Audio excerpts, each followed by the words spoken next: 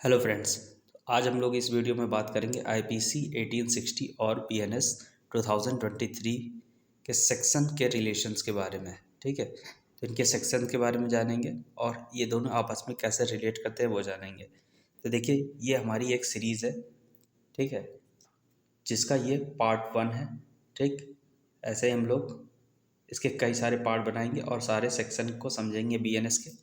ठीक है, तो आप लोग हमारे चैनल को सब्सक्राइब कर दीजिए और वीडियो को पूरा देखिएगा, जिससे आपको सेक्शन क्लियर हो जाए आईपीसी और बीएनएस के। तो चलिए देखते हैं पहले। तो देखिए, जो हमारा बीएनएस है, ठीक है, और जो आईपीसी है, इन दोनों का जो एक्ट नंबर है वो क्या है, 45 है। ठीक है, और बीएनएस कब अधिनियमित हुआ, तो बीएनएस 25 दिसंबर 2023 को अधिनियमित हुआ। आईपीसी 6 अक्टूबर 1860 को अधिनियमित हुआ। बीएनएस में 20 चैप्टर हैं, आईपीसी में 23 चैप्टर हैं। बीएनएस में 358 सेक्शंस हैं, जबकि आईपीसी में 511 सेक्शंस हैं। ठीक है, तो अब हम लोग सेक्शन वाइज देखते हैं इनमें क्या क्या प्रोविज़न दिए हुए हैं बीएनएस में।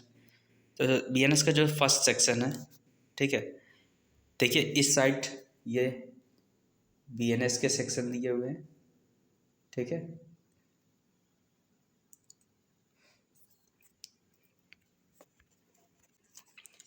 तो इस साइड जो है, ठीक है, ये बीएनएस के सेक्शन है और ये आईपीसी के सेक्शन है।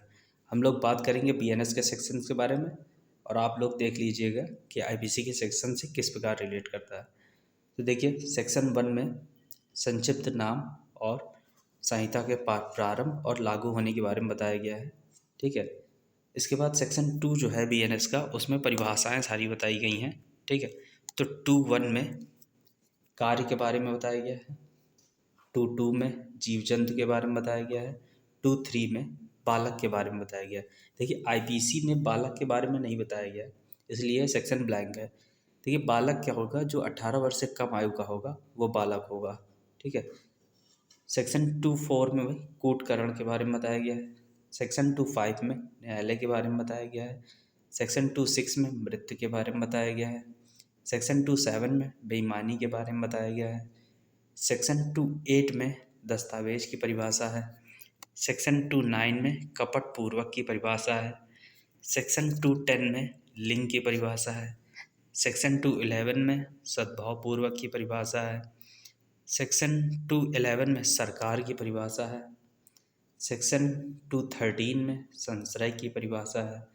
सेक्शन 2.14 में छद की परिभाषा है। सेक्शन 2.15 में अवैध की परिभाषा है। सेक्शन 2.16 में न्यायाधीश की परिभाषा है। सेक्शन 2.17 में जीवन की परिभाषा है। सेक्शन 2.18 में स्थानीय विधि की परिभाषा है। सेक्शन 2.19 में पुरुष की परिभाषा है।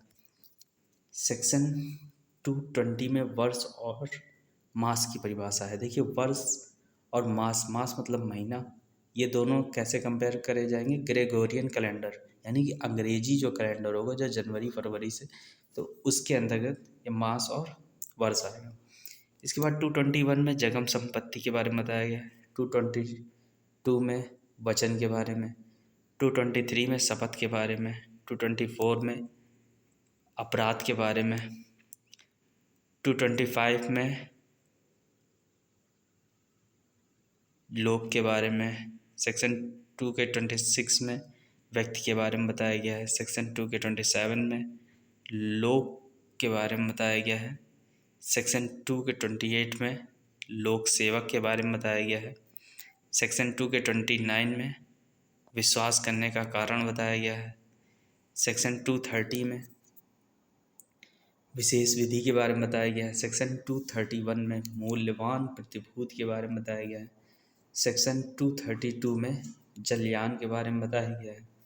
सेक्शन 233 में स्वच्छया के बारे में बताया गया है।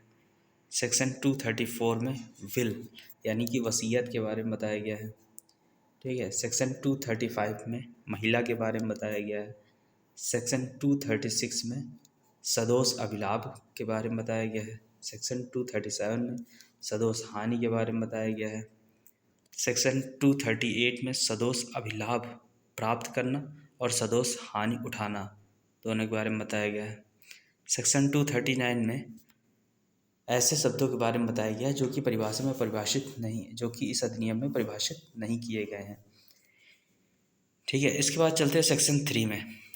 देखिए जो सेक्शन 3 है वो आईपीसी के सेक्शन 6, 34, 35 और 36 से मिलके बना हुआ है। तो बीएनएस का जो सेक्शन 3 क्लॉज 1 है उस वो आईपीसी के सेक्शन 6 से रिलेट करता है।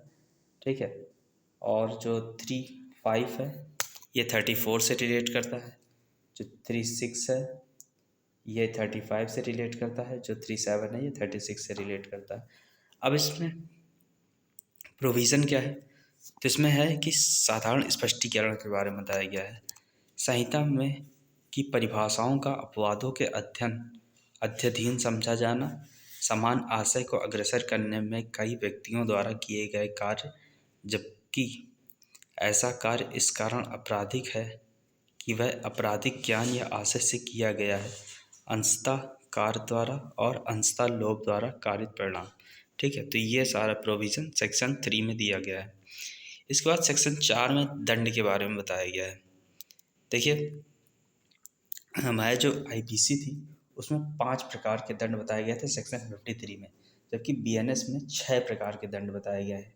ठीक है, तो ये दंड कौन कौन से हैं, तो देखिए पहला है मृत्युदंड, दूसरा आजीवन कारावास, तीसरा कारावास। कारावास यहाँ पे 2 प्रकार का, कठोर और सादा। फिर है ज़मीन की कुर्की, फिर जुर्माना। अब देखिए ये 5 तो इसमें आईपीसी में दिए हुए थे, नया कौन सा जोड़ा गया है, ये सामुदायिक सेवा। ठीक है, ये नया दंड जोड़ा गया है बीएनएस में। तो दंड कितने प्रकार के हो गए बीएनएस में, 6 प्रकार के। इसके बाद सेक्शन 5 जो है उसमें दंडादेश का लघुकरण के बारे में बताया गया है। सेक्शन 6 दंडा विधियों की भिन्न, जिसमें कि आजीवन कारावास को 20 वर्ष का बताया गया है। इसके बाद सेक्शन 7 में दंडादिष्ट संपूर्ण कारावास या उसका कोई भाग कठिन या सादा हो सकेगा। इसके बाद सेक्शन 8 में बताया गया है जुर्माने की रकम, जुर्माना आदि देने में व्यतिक्रम। देखिए आईपीसी की जो धाराएं थी 63, 64, 65, 66, 67, 68, 69, 70, इन सब में जो भी प्रोविज़न थे वो सारे उठा के सेक्शन 8 में रख दिए गए हैं। ठीक है, तो इसमें क्या क्या है, तो इसमें जुर्माने की रकम क्या होगी, जुर्माना क्या होगा, जुर्माना अगर कोई नहीं देता है तो उसके लिए क्या प्राविधान है वो बताया गया है। तो देखिए जो इसमें बताया गया है कि 5,000 तक अगर जुर्माना है तो उससे 2 मास से अधिक का कारावास नहीं दिया जाएगा। यदि 5,000 से 10,000 तक का है जुर्माना तो 4 मास से अधिक का कारावास नहीं होगा।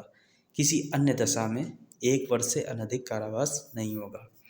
ठीक है, सेक्शन 9 जो है इसमें बताया गया है कि कई अपराधों से मिलकर बने अपराध के लिए दंड की अवधि। ठीक है, तो देखिए दोस्तों ये थे हमने बीएनएस के सेक्शन 9 तक के बारे में बात करी। ठीक है, तो ऐसे ही हम लोग आगे सेक्शन पढ़ेंगे बीएनएस के।